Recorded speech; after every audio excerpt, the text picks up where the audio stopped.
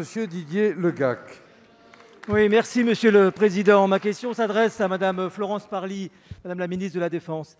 Madame la ministre, il y a bientôt 15 jours, l'Australie annonçait la rupture du contrat passant commande de 12 sous-marins français. Cette annonce unilatérale et brutale a suscité un sentiment de sidération au sein de la représentation nationale et au-delà dans le pays. Même si cette décision australienne, largement commentée depuis, s'est avérée un choix politique et non une remise en cause des choix technologiques, elle avait été douloureusement ressentie par les acteurs de la filière industrielle défense, à commencer par Naval Group, héritier direct de la direction des constructions navales. C'est la raison pour laquelle, Madame la ministre, je me réjouis aujourd'hui de l'annonce ce matin par votre ministère de la signature d'un contrat d'acquisition de 3 frégates de défense et d'intervention par le gouvernement grec. La signature d'un tel contrat est bien la preuve, s'il en était besoin, de l'excellence de la filière française de construction de défense et de ses 200 000 salariés, à commencer par ceux de Naval Group.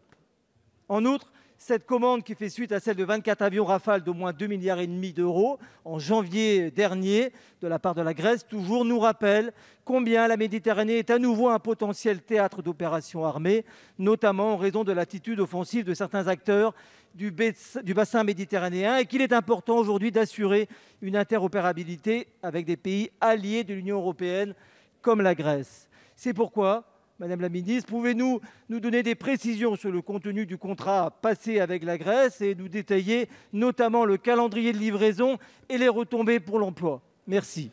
Merci, monsieur le député. La parole est à Madame Florence Parly, ministre des Armées.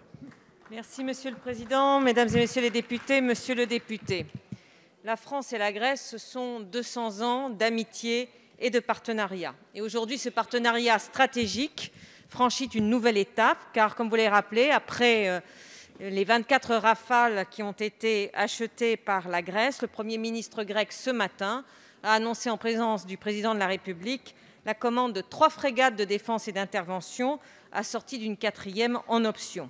Et je tiens à préciser qu'elles seront toutes produites à Lorient, en France.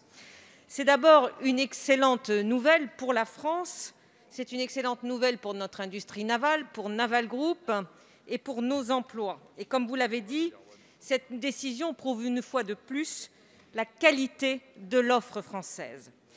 En l'absence de prospects d'exportation, j'avais été amenée il y a quelques mois, c'était au mois de mars, à assurer le plan de charge du site de Lorient pour les 3 prochaines années en accélérant la commande de 2 frégates.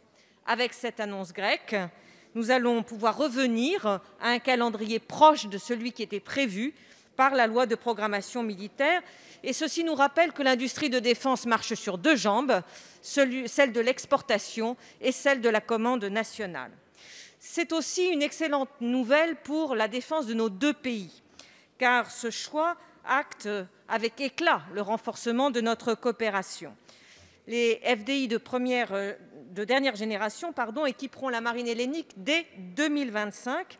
Mais je tiens à vous redire que ma priorité reste évidemment l'équipement de la marine nationale et que les FDI arriveront dans nos forces dès 2024. C'est enfin une excellente nouvelle pour l'Europe de la défense, puisque c'est un choix qui est celui de la souveraineté, celui d'une Europe qui fait face, et je m'en réjouis. Merci.